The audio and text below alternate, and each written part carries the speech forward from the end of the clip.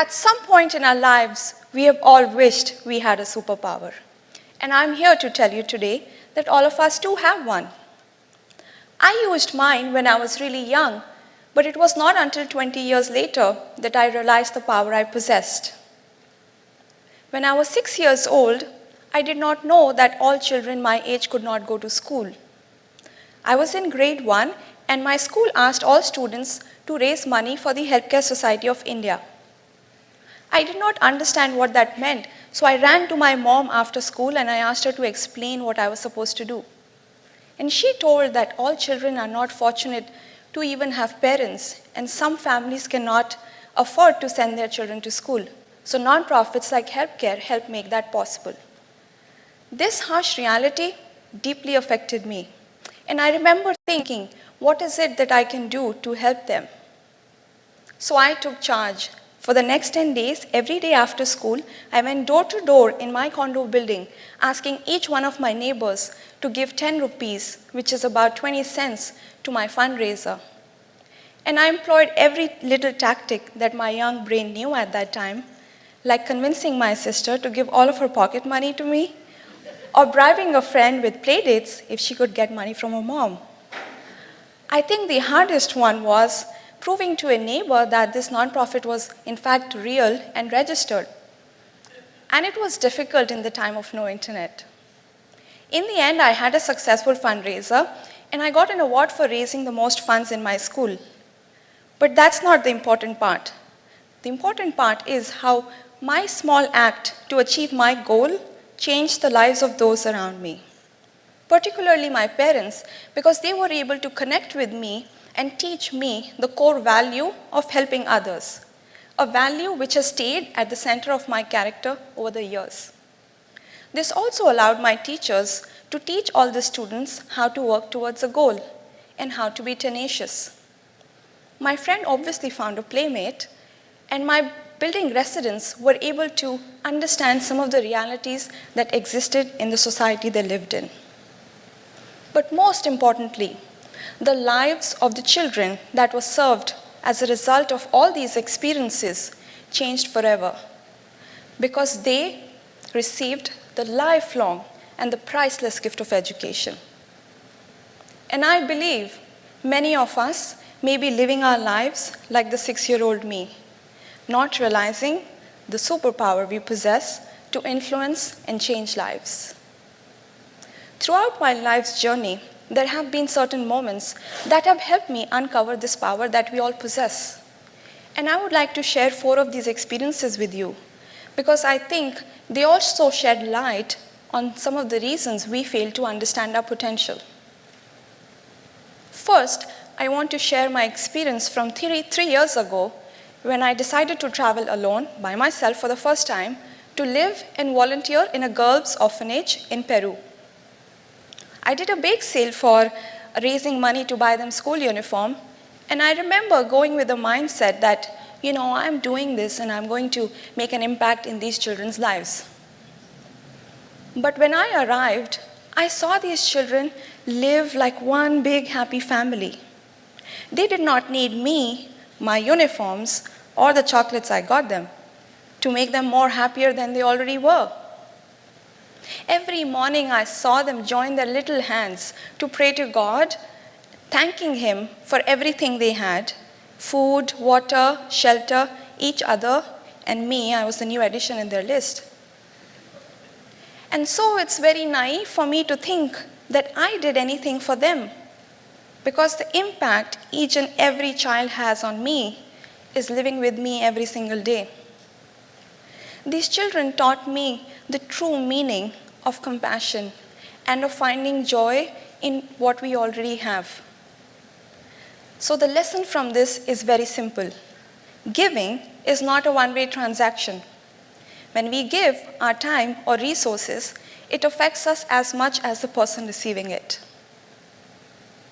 Second, I want to talk about my experience from last year when I moved to Vancouver from the Microsoft headquarters in Redmond. There, I used to be part of well-established community and outreach programs, and I started missing that when I moved here. So I went to the director of our newly formed office here in Vancouver, and I asked him, hey, what's up? What's in the pipeline here? And he was quite intrigued by my passion and asked me to start the Women of Microsoft Vancouver group. And trust me, this is something I wanted for a long time. Yet, when he asked me, I hesitated.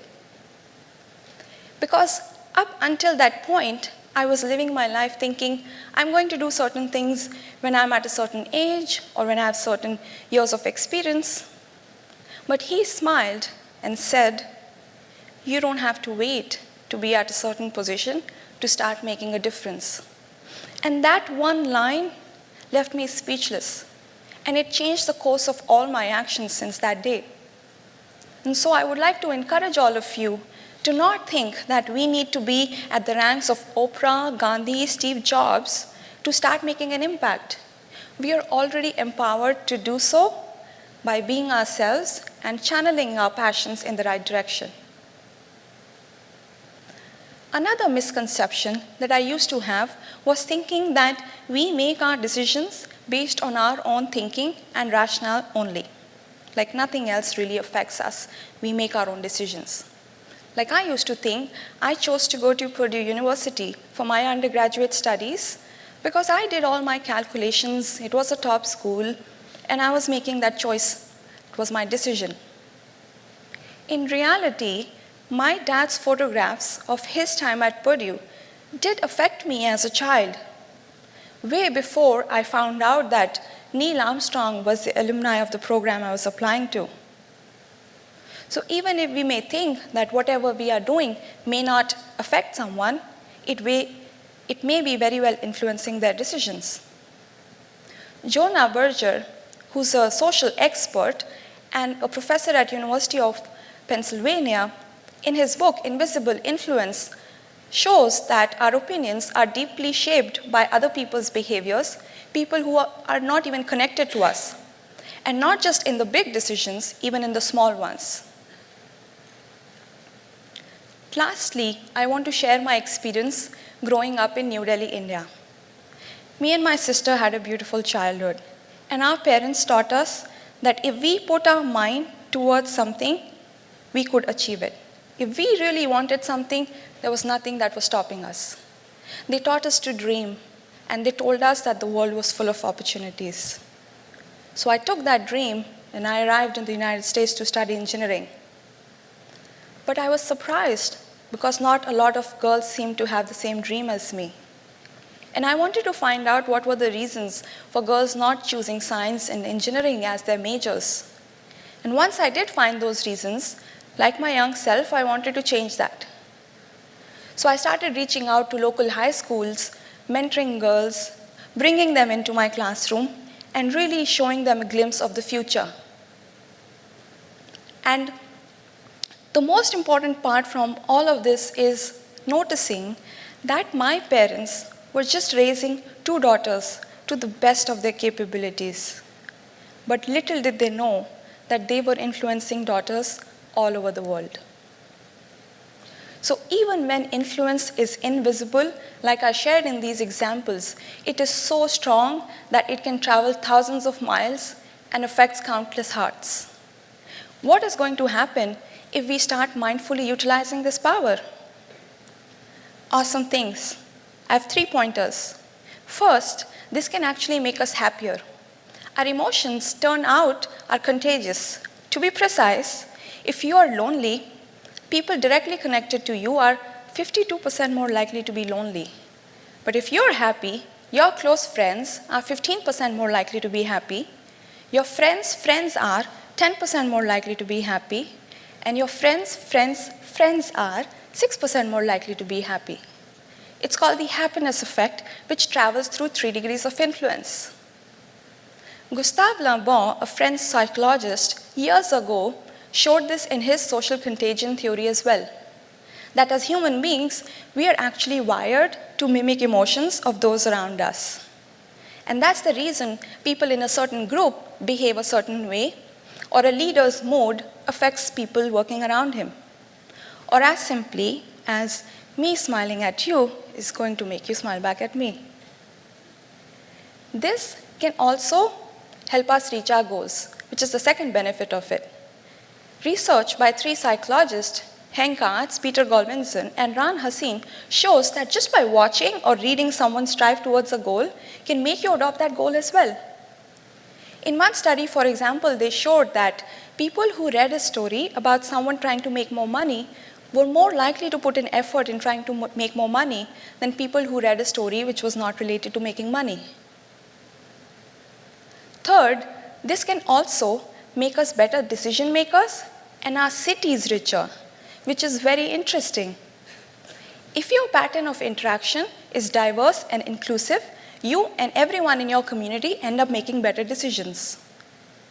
And cities with people who are continuously reaching out in their social networks, who are doing social exploration, end up with higher GDP. So that's my case. Going forward, I suggest we all do 3 very simple things. First, we need to understand that we all have the superpower to influence and change lives. It's like we're all a candle. We all have the same ability to light another candle. We just need to know that we can. Second, we need to understand what our uniquenesses and strengths are. What is it that people say that we are good at? And once we know that, we have to use it. We have to echo it out in everything we do. Third, we need to watch for our influence traveling through others. See how when you say something or do something, how does it affect people around you? Does it have a ripple effect? And once you start noticing these things, it's going to inspire you to do more of it. I will end with a very profound quote by Scott Adams. You don't have to be a person of influence to be influential. In fact, the most influential people in my life are not even aware of the things they have taught me. Our influence is our superpower, and each and every one of you have it.